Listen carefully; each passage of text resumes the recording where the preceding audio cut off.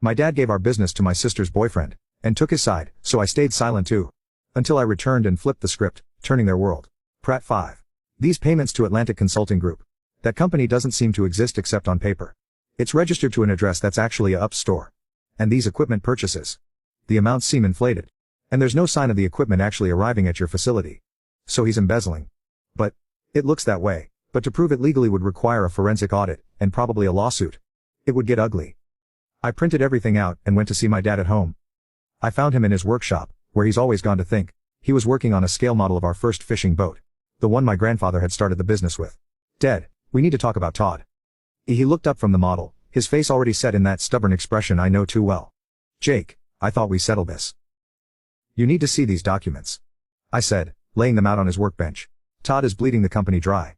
He's funneling money to himself and his friends. He's destroyed client relationships that took decades to build." At first, my dad tried to dismiss it all. "These are just growing pains. Any transition of leadership has bumps in the road." Growing pains don't cost hundreds of thousands of dollars, Dad. Look at this, payments to a fake consulting company that's actually owned by Todd's brother-in-law, inflated equipment purchases for items we never received, personal expenses charged to the company card. As I showed him document after document, spreadsheet after spreadsheet, his defenses started to crumble.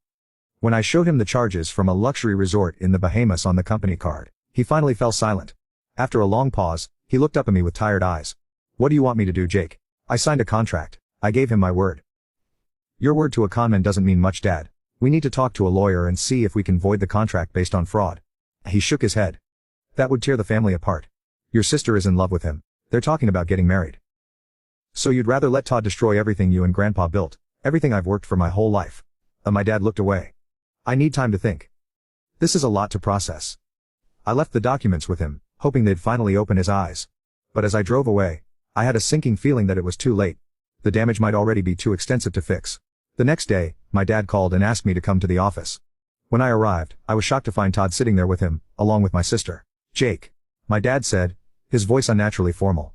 "I've discussed your concerns with Todd, and he's explained everything to my satisfaction." Todd sat there with that smug look again. My sister was glaring at me. "Explained what, exactly?" I asked, my anger rising. "Oh, he's embezzling money, how he's driving away our best clients." "Oh, those are serious accusations," Todd said, his voice calm but with an edge of threat. "Accusations that could be considered defamation if you started spreading them around." My dad held up his hand. "No one is accusing anyone of anything. There have been some unusual financial decisions, but Todd has explained them all. The consulting fees were for market research, the equipment purchases went to a new supplier, who offered better quality." And you believe that? Did you ask to see the market research?